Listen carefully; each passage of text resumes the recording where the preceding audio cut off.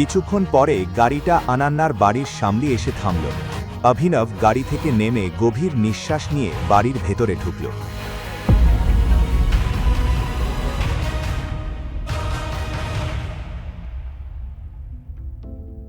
নমস্তে মামিজি, নমস্তে বাবাজি, আপনাদের দুজনের জন্য এটা এনেছি। ও ওয়াও, এটা তো দারুণ। এটা খুবই দামি ম্যান।